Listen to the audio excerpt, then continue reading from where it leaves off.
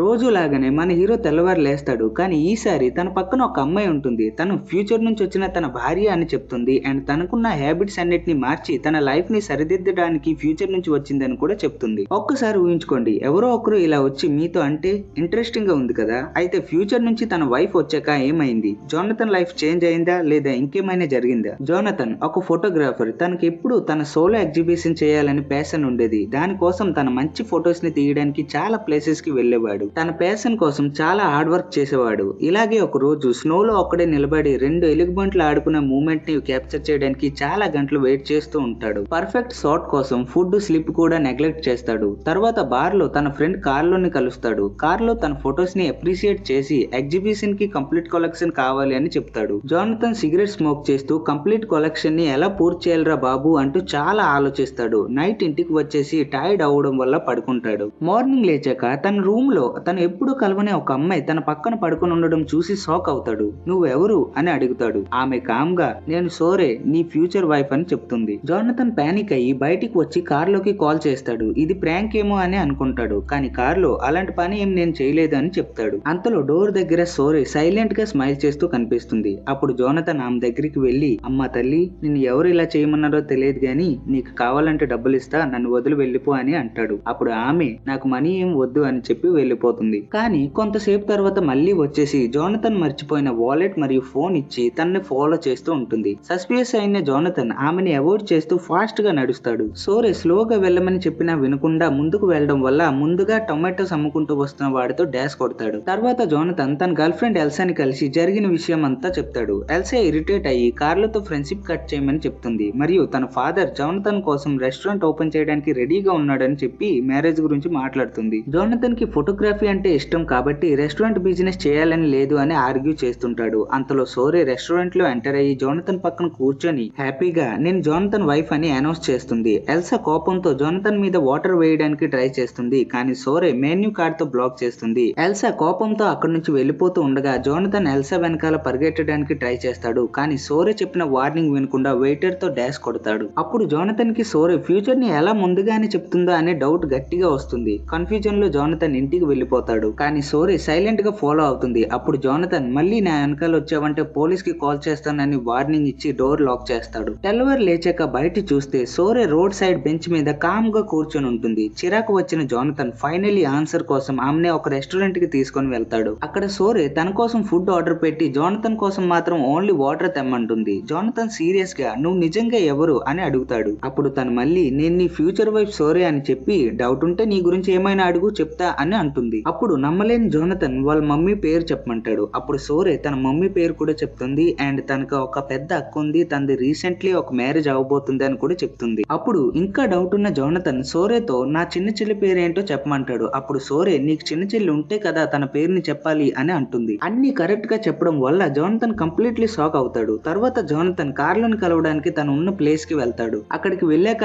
Hi hello చెప్పకుండా direct గా కార్లతో గొడవ పడడం మొదలు పెడతాడు. తనకి ఎలా అన్ని తెలుసు, అన్ని నువ్వే చెప్పుంటావు అని తనతో గొడవ పడతాడు. కానీ అప్పుడు కార్లో నేనేమీ చేయలేదు అని చెప్తాడు. ఇద్దరు చాలా టెన్షన్ లో పడతారు. ఇంటికి రిటర్న్ అయ్యాక జోనథన్ కి ఫేవరెట్ అయిన చికెన్ సూప్ వండుతూ ఉన్న సోరేని చూస్తాడు. ఆమె ఎందుకు వచ్చిందో అని అడిగితే నీ లైఫ్ ని బెటర్ చేయడానికి వచ్చాను అని చెప్తుంది. జోనథన్ తన లైఫ్ ఆల్రెడీ బాగుందని చెప్పి ఇక్కడ నుంచి వెళ్ళిపోమంటాడు. అప్పుడు సోరే జోనథన్ ని తన స్టూడియోకి తీసుకుని వెళ్తుంది. అక్కడ డేవిడ్ అనే క్యూరేటర్ తో మీటింగ్ గురించి కూడా తనకు తెలుసు అని ప్రూవ్ చేస్తుంది. సీక్రెట్ లాకర్ ఓపెన్ చేసి జోనథన్ ఫ్యూచర్ ని మార్చేసే ఎగ్జాక్ట్ ఫోటోగ్రాఫ్ ని చూపిస్తుంది. జోనథన్ సీక్రెట్ లాకర్ ని ఓపెన్ చేసి ఒక బాక్స్ తీసుకుంటుంది. జోనథన్ పానిక్ అయ్యి ప్లీజ్ దాన్ని ఓపెన్ చేయకనే అంటాడు. కానీ సోర్ కామ్ గా ఆ బాక్స్ లో ఉన్న ఒక స్పెషల్ ఫోటో గురించి చెప్తుంది. అది లిద్దోక్ టెంపుల్ లో ఒక ఉమెన్ ని జోనథన్ తీసిన ఫోటో, ఫ్రేమ్ నంబర్ 14 షాట్ 28 అని. దాన్ని డేవిడ్ కి చూపిస్తే పక్కా ఇంప్రెస్ అవుతాడని చెప్తుంది. జోనథన్ షాక్ అవుతాడు. ఎందుకంటే ఆ బాక్స్ గురించి గానీ లేదా ఆ ఫోటో గురించి గానీ ఎవ్వరికీ తెలియదు. ఇది నిజంగా ఆమె ఫ్యూచర్ నుండి వచ్చిందని నమ్మడం స్టార్ట్ చేసే మూమెంట్. జోనథన్ ఆ ఫోటో తీసుకొని కార్లతో కలిసి డేవిడ్ ని మీట్ అవుతాడు. సోర్ చెప్పినట్టుగానే డేవిడ్ చాలా అమేజ్ అవుతాడు. నా లైఫ్ లో ఇలాంటి షాట్ ఎప్పుడు చూడలేదు, ట్రూలీ బ్రిలియంట్ అని అంటాడు. దాంతో జోనథన్ మరియు కార్లో షాక్ అవుతారు. వేరే టేబుల్ నుండి సోర్ సైలెంట్ గా చూసి ప్రౌడ్ గా స్మైల్ చేస్తుంది. తర్వాత ఆమె జోనథన్ ని ఇప్పుడు నన్ను నమ్ముతావా అని అడుగుతుంది. జోనథన్ ఫైనలీ ఆమె నిజంగా తన ఫ్యూచర్ వైఫ్ అయి ఉండొచ్చని యాక్సెప్ట్ చేస్తాడు.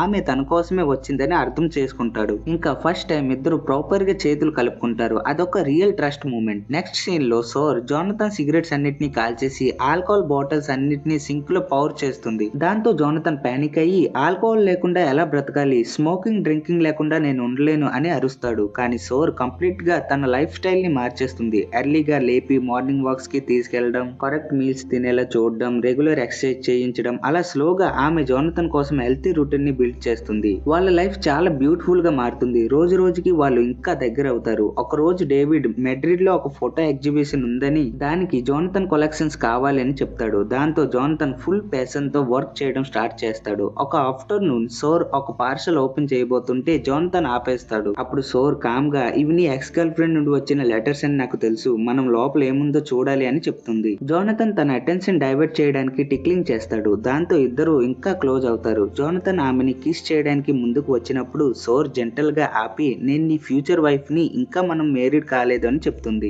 జోనథన్ వెంటనే వెనక్కి అడిగేస్తాడు. తర్వాత సోర్ చెప్తుంది వాళ్ళు ఫస్ట్ టైం తన ఎల్డర్ సిస్టర్ వెడ్డింగ్ లో కలుస్తారు, తర్వాత లవ్ లో పడతారు, మ్యారేజ్ చేసుకుంటారు. ఇప్పుడు నువ్వు చేయడానికి ట్రై చేస్తున్న అన్ని కరెక్ట్ టైం లో జరుగుతాయని అంటుంది. జోనథన్ స్మైల్ చేస్తూ ఇప్పుడు నాకు కంప్లీట్ గా కన్ఫర్మ్ అయింది, నేను మ్యారేజ్ చేసుకోబోయే అమ్మాయి నువ్వే అని చెప్తాడు. మరియు నీ వల్ల నా లైఫ్ ఫైనలీ కరెక్ట్ డైరెక్షన్ లో వెళ్తుంది అని అంటాడు. ఆ రాత్రి ఇద్దరు కలిసి బుక్ చదివి చాలా క్యూట్ మరియు రొమాంటిక్ మూమెంట్ ని షేర్ చేసుకుంటారు. నెక్స్ట్ డే జోనథన్ డేవిడ్ కి చూపించడానికి ఫోటో సెలెక్ట్ చేస్తూ ఉంటాడు. అప్పుడు సోర్ ప్రిఫరెన్స్ తీసుకుంటాడు. కానీ ఇంకా ఏదో ఇన్కంప్లీట్ గా అనిపిస్తుంది. ఒక ఫైనల్ పర్ఫెక్ట్ పిక్చర్ కావాలని ఫీల్ అవుతాడు. అందుకే వాళ్ళు ఒక బ్యూటిఫుల్ స్పాట్ కి ట్రావెల్ చేస్తారు. అక్కడ జోనథన్ కెమెరా సెటప్ చేసి వెయిట్ చేస్తాడు. దూరం నుండి సోర్ ముందు కొంచెం తినండి తర్వాత ఫోటో తీసుకోవచ్చు అని అరుస్తుంది. కానీ జోనథన్ ఫోకస్ మెయింటైన్ చేస్తాడు. అన్నోయ్ అయిన సోర్ డైరెక్ట్ గా కెమెరా ముందుకు వచ్చేస్తుంది. జోనథన్ స్మైల్ చేస్తూ ఈ వ్యూ పర్ఫెక్ట్ అని చెప్పి కొంచెం లెఫ్ట్ కొంచెం రైట్ స్ట్రైట్ గా చూడు అని చెప్తూ సోర్ ఫొటోస్ తీసుకుంటాడు. డేవిడ్ కి ఈ ఫొటోస్ చాలా నచ్చుతాయి అని కాన్ఫిడెన్స్ గా అంటాడు. తర్వాత వాళ్ళు ఇంటికి రిటర్న్ అయ్యి రిలాక్స్ అయ్యి నిద్రపోతారు. కానీ నైట్ జోనథన్ సైలెంట్ గా స్మోకింగ్ చేయడానికి బయటికి వెళ్ళబోతుంటే సోర్ లేచి వెంటనే తన్ని పట్టుకుంటుంది.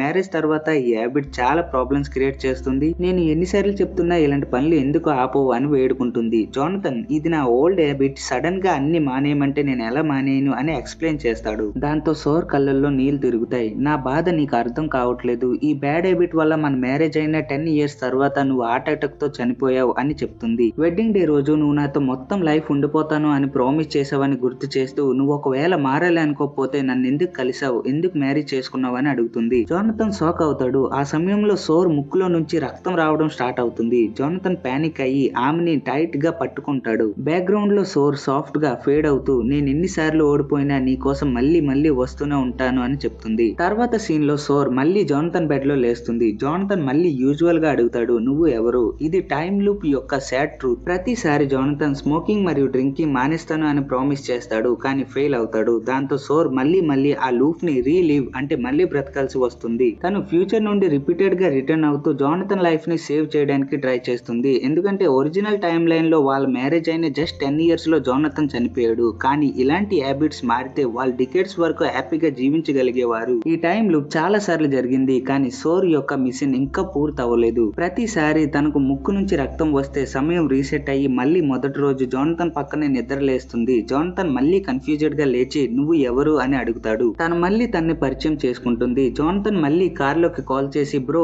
ఈసారి ఎవరిని పంపించావు అని అరుస్తాడు. సోర్ మళ్ళీ అతనికి గుర్తు చేస్తుంది నువ్వు నీ వాలెట్ మరియు ఫోన్ మర్చిపోయావు. అతను మళ్ళీ ఎల్సాని కలుస్తాడు. తన్నే తన భార్య అని పిలుస్తాడు. ఎల్సా మళ్ళీ జోనథన్ మీద నీరు చల్లుతుంది మరియు అన్ని ఇన్సిడెంట్స్ మళ్ళీ అదే విధానంగా రిపీట్ అవుతాయి. ఎందుకంటే సోర్ ఈ లూప్ ని ఎన్నో సార్లు జీవించింది కాబట్టి జరగబోయే ప్రతి ఒక్క ఇన్సిడెంట్ తనకు తెలుసు. జోనథన్ తన్ని మళ్ళీ టెస్ట్ చేయడానికి నువ్వు నీ ఫ్యూచర్ వైఫ్ అంటే నేను ఎలా నమ్మును అని అడుగుతాడు. అప్పుడు సోర్ కామ్ గా నువ్వు హై స్కూల్ బాత్రూమ్ లో నీ ఫస్ట్ సిగరెట్ కాల్చావు అని చెప్తుంది. దాంతో జోనథన్ షాక్ అవుతాడు. ఎందుకంటే అది ఎవ్వరికి తెలియదు. అప్పుడు తను మనకు పెళ్ళయ్యాక ఇది నువ్వు నాకు చెప్పావు అని చెప్తుంది. ఈసారి జోనథన్ నిజంగా ఆమెని మళ్ళీ నమ్ముతాడు. సోర్ అతని రూటీన్ ని మళ్ళీ సరిచేస్తుంది. కానీ జోనథన్ సీక్రెట్ గా మళ్ళీ తాగుతాడు. ఒక రాత్రి తాగి రోడ్ మీద పడిపోతాడు. అప్పుడు సోర్ ఏడుస్తూ ఈ విషం తాగడం వల్ల నీ లైఫ్ ఏమవుతుందో నీకు తెలుసా, నువ్వు ఒక్క రోజు చనిపోతావు కానీ నీ వల్ల నేను ప్రతి రోజు చనిపోతున్నాను అని అంటుంది. అప్పుడు తన ముక్కు నుంచి మళ్ళీ రక్తం వస్తుంది. లూప్ రీసెట్ అవుతుంది. ఇంకా సోర్ మానసికంగా చాలా అలసిపోయి లేస్తుంది. ఈ కాన్స్టెంట్ సైకిల్స్ వల్ల పూర్తిగా డ్రైన్ అయిపోతుంది.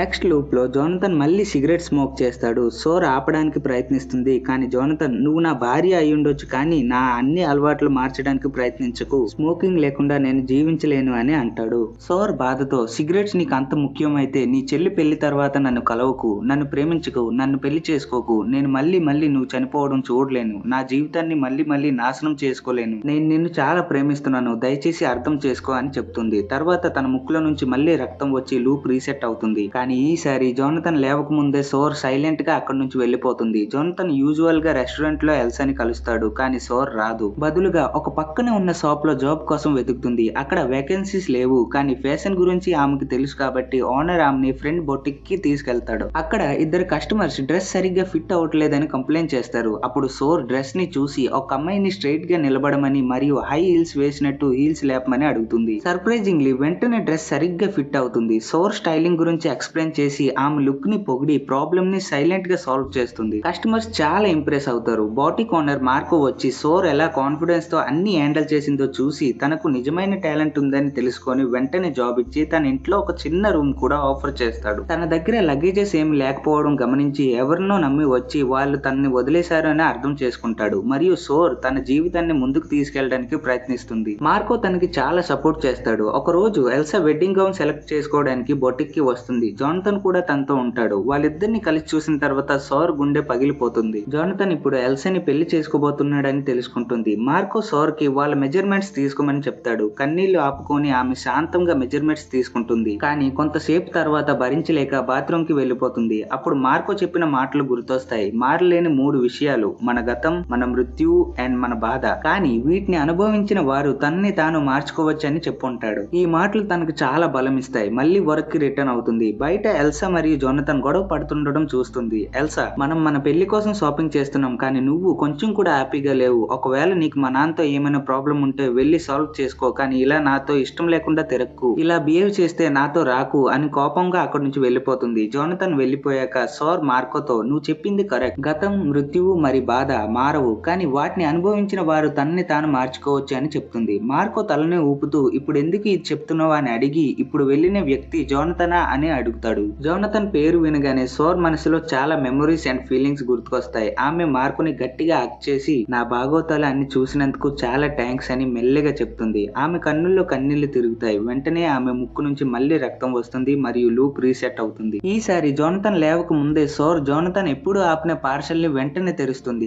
అది ఎల్సా ఓల్డ్ లవ్ లెటర్స్ అని ఆమె అనుకున్నది, కానీ లోపల జోనథన్ తన ఫాదర్ కి రాసిన లెటర్స్ ఉంటాయి. జోనథన్ తన ఫాదర్ ని ఎంత మిస్ అయ్యేవాడో తనకు అప్పుడు తెలుస్తుంది. ఒక లెటర్ లో, నాన్న పుట్టినరోజు శుభాకాంక్షలు, నేను మీకు గుర్తున్నానో లేదో నాకు తెలియదు, కానీ నేను మిమ్మల్ని చాలా మిస్ అవుతున్నా అని ఉంటుంది. సోర్ చాలా షాక్ అవుతుంది. ఇది నేను ముందేలా గమనించలేకపోయా అని అనుకుంటుంది. అప్పుడు జోనథన్ నిద్ర లేస్తాడు. ఆమె వెంటనే, నువ్వు మీ నాన్నని నిజంగా మిస్ అవుతున్నావు, అతనితో మాట్లాడాలి అని చెప్తుంది. ఇంకా నేను సోర్ నీ ఫ్యూచర్ వైఫ్ అని కూడా చెప్తుంది. ఈ లూప్ లో కూడా జోనథన్ అలాగే కన్ఫ్యూజ్ అయ్యి సోర్ ని ఇంట్లో నుంచి బయటికి తోసేస్తాడు. నెక్స్ట్ లూప్ లో సోర్ మళ్ళీ అన్ని ఎక్స్ప్లెయిన్ చేయడానికి ట్రై చేస్తే జోనథన్ ఆమెని పోలీస్ కి అప్పగించేస్తాడు. ఇప్పుడు సోర్ కి అర్థమైపోయింది దీన్ని వేరే విధంగా క్లియర్ చేయాలని. నెక్స్ట్ రీసెట్ లో ఆమె శాంతంగా మెల్లగా పేషెన్స్ తో అన్ని వివరించడం స్టార్ట్ చేస్తుంది. ఈసారి జోనథన్ మళ్ళీ ఆమెని నమ్మడం మొదలు పెడతాడు. ఇద్దరు కలిసి మళ్ళీ కొంచెం హ్యాపీగా ఫీల్ అవుతారు. ఒక రోజు జోనథన్ సిగరెట్ స్మోక్ చేస్తుంటే సోర్ కోప్పడదు. దానికి బదులుగా, నువ్వు మీ ఫాదర్ ని చాలా మిస్ అవుతున్నావు కాబట్టి స్మోక్ చేస్తున్నావు అని నాకు తెలుసు. ప్రేమైనా, కోపమైనా, బాధ అయినా ఏదున్నా అతనికి చెప్పాలి. అప్పుడే నీ హృదయం లైట్ గా ఫీల్ అవుతుంది, స్ట్రెస్ తగ్గుతుంది. మేబీ సిగరెట్స్ అవసరం కూడా ఉండకపోవచ్చు, ఒక్కసారి ట్రై చేయని చెప్తుంది. జోనథన్ కోపంతో, మా నాన్న గురించి నీకేం తెలుసు? నేను 4 ఏళ్ల వయసులో ఉన్నప్పుడు మా అక్క 6 సంవత్సరాలు ఉన్న టైంలో మా పేరెంట్స్ ప్రతి రోజు గొడవ పడేవారు. వాళ్ళిద్దరూ ఎప్పుడు కలిసి ఉండలేదు. అతను తన కోపాన్ని మా మీద చూపించాడు. మా అమ్మ బ్రతికుండగానే వేరే అమ్మాయిని పెళ్లి చేసుకున్నాడు. మమ్మల్ని ఎప్పుడు తను కేర్ చేయలేదు. నేను అతన్ని ఎప్పటికీ కలవను అని చెప్తాడు. అప్పుడు సోర్ శాంతంగా, నువ్వు అతను చేసిందే రిపీట్ చేస్తుంటే నీకు అతనికి ఉన్న డిఫరెన్స్ ఏంటి? నీ బాధ నుంచి తప్పించుకోవడానికి నువ్వు స్మోక్ చేస్తున్నావు, కానీ దాని ప్రతిఫలంగా మనకు పెళ్ళయ్యాక కొన్ని సంవత్సరాల్లో నువ్వు చనిపోయి నన్ను ఒంటరిగా వదిలేస్తావా? నీ ఫాదర్ నిన్ను వదిలేసినట్టు నన్ను కూడా వదిలేస్తావా అని అడుగుతుంది. తన స్వరం కంపిస్తుంది. కన్నీళ్లు రావడం మొదలవుతాయి. అప్పుడే తన ముక్కులో నుంచి రక్తం వస్తుంది మరియు లూప్ మళ్ళీ రీసెట్ అవుతుంది. ఈసారి జోనథన్ ని కలవకుండా తిన్నగా వెళ్లి తన ఫ్రెండ్ కార్లోని కలుస్తుంది. ఇంకా నేను సోర్ తన ఫ్యూచర్ వైఫ్ అని చెప్తుంది. కార్లో అది జోక్ అనుకుంటాడు, కానీ సోర్ అన్ని క్లియర్ గా ఎక్స్ప్లెయిన్ చేస్తుంది. అప్పుడు కార్లో, ఎల్సా ఎప్పుడు జోనథన్ ని కంట్రోల్ చేయడానికి ట్రై చేసేది, అందుకే వాళ్ళ రిలేషన్షిప్ ఎప్పుడు వర్క్ అవ్వలేదు. జోనథన్ కి ఫ్రీడమ్ కావాలి. ఎవరైనా అతన్ని కంట్రోల్ చేయడానికి ట్రై చేస్తే అతను ఇష్టపడ్డు, కానీ మేబీ నువ్వు మాత్రం అతన్ని మార్చగలవు అని చెప్తాడు. అతను నవ్వుతూ, సో నువ్వు టైం మషిన్ లో ఫ్యూచర్ నుంచి వచ్చావా, అలా అయితే ఒక లాటరీ నంబర్ అయినా చెప్పమ్మా అని అడుగుతాడు. అప్పుడు సోర్ నవ్వి, జోనథన్ ఒక్కరోజు మర్చిపోవచ్చు కానీ నువ్వు ఎప్పటికీ మరవకు, నేను టైం మషిన్ ద్వారా రాలేదు కానీ జోనథన్ ని చూసుకుంటా అని చెప్పి వెళ్ళిపోతుంది. ఒక రోజు సోర్ చెప్పిందని ఫాలో అయ్యి జోనథన్ ఎక్సర్సైజెస్ చేస్తుంటాడు. అప్పుడు సోర్ శాంతంగా, నా కోసం ఏం చేయాల్సిన అవసరం లేదు, నీ జీవితం బెటర్ అవుతుందని అనిపిస్తే మాత్రమే ఎక్సర్సైజెస్ చెయ్యి, అలాగే ఆ రోజు మీ ఫాదర్ గురించి టాపిక్ తీసుకొచ్చి నిన్ను బాధ పెట్టినందుకు సారీ అని చెప్తుంది. అప్పుడు జోనథన్, నీకు మా ఫాదర్ గురించి ఎలా తెలుసు అని అడుగుతాడు. అప్పుడు సోర్ శాంతంగా, నేను ఫ్యూచర్ నుంచి వచ్చానని చెప్పాను కదా, నీ గురించి నాకు అన్ని తెలుసు, అయినా ఈ కోపంలో ఇంకెంత కాలం ఇరుక్కుపోతావు, ఇది నిన్ను వెనక్కి లాగుతుంది, దయచేసి వదిలే, నేను నీ పక్కనే ఉన్నా అని చెప్తుంది. అప్పుడు ఇద్దరు కలిసి జోనథన్ తన ఫాదర్ ని కలవాలని డెసిజన్ తీసుకుంటారు. జోనథన్ మెల్లగా అడుగుతాడు, మన మ్యారీడ్ లైఫ్ ఎలా ఉండేది? అప్పుడు సోర్ మెల్లగా నవ్వుతూ, బాగుండేది, కొన్నిసార్లు గొడవలు అయ్యాయి, అందరికీ అవుతాయి, కానీ ఎన్ని జీవితాలు దొరికినా ప్రతిసారి నేను నిన్నే పెళ్లి చేసుకుంటా అని చెప్తుంది. అప్పుడు జోనథన్ నవ్వుతూ, నువ్వు నన్ను అంతగా ప్రేమించావా అని అడుగుతాడు. అప్పుడు సోర్, ఇది నువ్వు చాలా సార్లు నన్ను అడిగావని రిప్లై ఇస్తుంది. వాళ్ళు జోనథన్ ఫాదర్ ఇంటికి చేరుకుంటారు. జోనథన్ డోర్ నాక్ చేయబోతుంటే సోర్ ముక్కు నుంచి మళ్ళీ రక్తం పడుతుంది. సమయం మళ్ళీ రీసెట్ అవుతుంది. ప్రతిసారి వాళ్ళ దగ్గరికి వచ్చేసరికి లూప్ బ్రేక్ అయ్యేది. కొన్నిసార్లు సూర్యుడు కూడా చాలా ఎర్లీగా అస్తమించేవాడు. దాని వల్ల జోనథన్ ని హెల్ప్ చేయడానికి సోర్ కి టైం మిగిలేది కాదు. ఒక రోజు న్యూస్ లో క్లైమేట్ చేంజ్ వల్ల సన్సెట్స్ ముందుగానే జరుగుతున్నాయని చెప్తారు. ఇది సోర్ కి భయంకరం, ఎందుకంటే ఆమెకి జోనథన్ ఫేట్ మార్చడానికి సమయం ఇంకా తగ్గినట్టు. లూప్స్ మళ్ళీ మళ్ళీ ఫాస్ట్ గా రిపీట్ అవుతాయి. ఇంకా పెళ్లి అయ్యాక 10 సంవత్సరాలకి జోనథన్ హార్ట్ అటాక్ తో చనిపోవటం సోర్ చూస్తుంది. ఇంకా భరించలేక ఒకరోజు జోనథన్ నిద్ర లేవక ముందే సోర్ కనిపించదు. తర్వాత జోనథన్ మళ్ళీ ఎల్సాని కలుస్తాడు. ఆమె మళ్ళీ తన ఫాదర్ రెస్టారెంట్ ఓపెన్ చేస్తాడని చెప్తుంది. తర్వాత జోనథన్ కార్లతో మాట్లాడి, నేను ఎల్సాతో బ్రేకప్ చేశాను, ఆమె అన్ని కంట్రోల్ చేయాలనుకుంటుంది బ్రో, నాకు ఏదో వింతగా అనిపిస్తుంది, ఒకే రోజులో చాలా రోజులు గడిచినట్టు, లోపల ఏదో లైట్ గా ఫీల్ అవుతుంది, నా లైఫ్ మెల్లగా బెటర్ అవుతున్నట్టు అనిపిస్తుంది అని చెప్తాడు. జోనథన్ ఇప్పుడు పూర్తిగా ఫోటోగ్రఫీ మీద ఫోకస్ చేస్తాడు. ధైర్యం తెచ్చుకొని ఫైనల్లీ తన ఫాదర్ ని కలవడానికి వెళ్తాడు. అప్పుడు తన ఫాదర్ సెకండ్ వైఫ్ డోర్ తెరిచి లోపలికి పిలుస్తుంది. జోనథన్ తన ఫాదర్ ని చిన్న కొడుకుతో ఆనందంగా ఉండడం చూస్తాడు. ఇది చూశాక జోనథన్ కి చాలా బాధ కలుగుతుంది, ఎందుకంటే అతనికి మరియు తన అక్క శాండీకి ఈ రకమైన ప్రేమ ఎప్పుడూ దొరకలేదు. అప్పుడు అతను తన ఫాదర్ తో కలిసి ఉన్న చైల్డ్హుడ్ ఫోటో ఫ్రేమ్ లో చూస్తాడు. కొంచెం సేపు తర్వాత తన ఫాదర్ రూమ్ లో ఎంటర్ అవుతాడు. టేబుల్ మీద అదే ఫోటో బ్యాక్ సైడ్ కి తిరిగి ఉంటుంది. దాని వెనుక జోనథన్ ఇలా రాశాడు, నాన్న, మేబీ మీరు మమ్మల్ని మర్చిపోయారేమో, మాకు మీ అవసరం చాలా ఉన్న సమయంలో మీరు మమ్మల్ని వదిలి వెళ్ళిపోయారు, నేను మీకు కేవలం 4 ఏళ్ల కొడుకునే, కానీ ఆ 4 ఏళ్ల సంవత్సరాలకు కూడా చాలా థ్యాంక్స్, కానీ నేను మిమ్మల్ని క్షమించాను. ఇది చదివిన వెంటనే వాళ్ళ నాన్న బాధతో ఏడుస్తాడు. జోనథన్ ను వెతుక్కుంటూ బయటికి పరిగెడతాడు, కానీ జోనథన్ అప్పటికే వెళ్ళిపోయి ఉంటాడు. తర్వాత జోనథన్ ఎర్లీగా లేచి ఒక్కడే ఎక్సర్సైజ్ చేస్తూ కనిపిస్తాడు. సమయంకి భోజనం చేస్తాడు, సరిగ్గా నిద్రపోతాడు, తన ఆరోగ్యాన్ని చూసుకుంటాడు. తన జీవితంలో పెద్ద ఎమోషనల్ స్ట్రగల్ తన ఫాదర్ ని ఎదుర్కోవడం ఇప్పుడు అది కూడా పూర్తి అయిపోయింది. జోనథన్ లోపల చాలా లైట్ గా,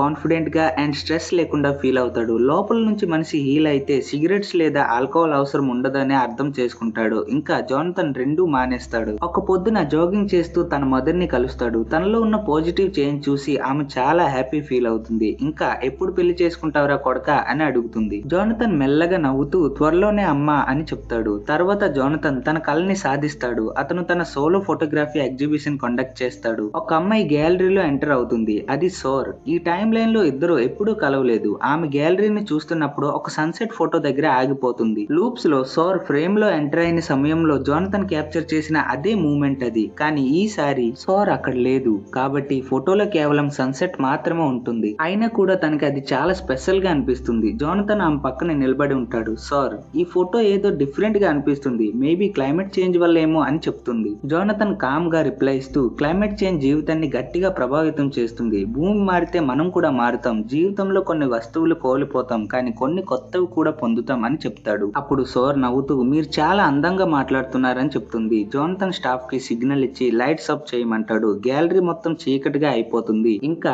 అరోరా లైట్స్ రూమ్ మొత్తం వెలుగుతో నింపేస్తాయి. అతను ఈ సన్సెట్ ని ఎందుకు క్యాప్చర్ చేశాడో తన కథ ఆమెకు చెప్తాడు. అప్పుడు సారీ మీరు ఫోటోగ్రాఫర్ అని నాకు తెలియదు అని చెప్తుంది. జోనథన్ వార్మ్ గా నవ్వుతూ, సారీ చెప్పాల్సిన అవసరం లేదు, నా వర్క్ ని నిజంగా అప్రిషియేట్ చేశారు, దట్స్ ద బెస్ట్ కాంప్లిమెంట్ అని చెప్పి తన చెయ్యి ఎక్స్టెండ్ చేస్తాడు. నేను జోనథన్, ఇంకా మీ పేరు ఏంటి అని అడుగుతాడు. అప్పుడు తను సోర్ అని చెప్పి సెకండ్ చేస్తుంది. కొన్ని క్షణాలు ఇద్దరు చేతులు కలుపుకుంటారు. వెంటనే ఇద్దరికి అన్ని గుర్తుకొస్తాయి. లూప్స్, ప్రేమ, బాధ, జోనథన్ ని కాపాడడానికి సోర్ ఎన్నిసార్లు టైం ని ఎదిరించిందో. జోనథన్ తను ఎంత కష్టపడి అతని జీవితాన్ని కాపాడిందో అర్థం చేసుకుంటాడు. సోర్ ముందున్న వ్యక్తి అదే జోనథన్ అని, ఆమె పెళ్లి చేసుకున్న వ్యక్తి అని, ప్రాణం కోసం యుద్ధం చేసిన ప్రేమ అదే అని ఆమెకు తెలుస్తుంది. అన్ని గుర్తుకొచ్చిన తర్వాత తన కళ్ళు కన్నీళ్లతో నిండిపోతాయి. ఆ కన్నీళ్లలో ఒరిజినల్ టైం లైన్ కనిపిస్తుంది. జోనథన్ హార్ట్ అటాక్ తో పడిపోవడం, సోర్ తన్ని కాపాడడానికి పరిగెట్టడం, తర్వాత తన సమాధి దగ్గర ఏడవడం, అతని అన్ఫినిష్డ్ కోరిక ఆర్టిక్ ని ఫోటోగ్రాఫ్ చేయడం, ఫిక్స్డ్ టైం జోన్ లేని ఒకే ఒక ప్రదేశం చదివిన సోర్ అతన్ని గౌరవించడానికి అక్కడికి ఒక్కరితో వెళ్తుంది. జోనథన్ చూడాలని కోరుకుంటూ అరోరా లైట్స్ కింద ఆమె మౌనంగా నిలబడి తిరిగి రావడానికి ముందు జోనథన్ నోట్స్ ని ఒక్కసారి మళ్ళీ చదివి కళ్ళు మూసుకుని నిద్రపోతుంది. కళ్ళు తెరిచాక తను జోనథన్ పక్కన పడుకొని ఉంటుంది. లూప్ స్టార్ట్ అయింది. తనని చూసాక గట్టిగా హగ్ చేసి, నేను నిన్ను కోల్పోయాను అనుకున్నా, నీకింకా ఏమీ జరగకుండా చూసుకుంటా అని ఏడుస్తుంది. కానీ ఈ లూప్ లో తను ఎవరో తెలియని జోనథన్ ఆమెని దూరంగా తోసేస్తాడు. వెంటనే తన ముక్కులో నుంచి రక్తం రావడం మొదలవుతుంది. ఆమె పడిపోతుంది. నెక్స్ట్ మార్నింగ్ మళ్ళీ అతని పక్కనే లేచింది. అప్పుడు సోర్ టైం లూప్ లో తను ఇరుక్కుందని తెలుసుకుంటుంది.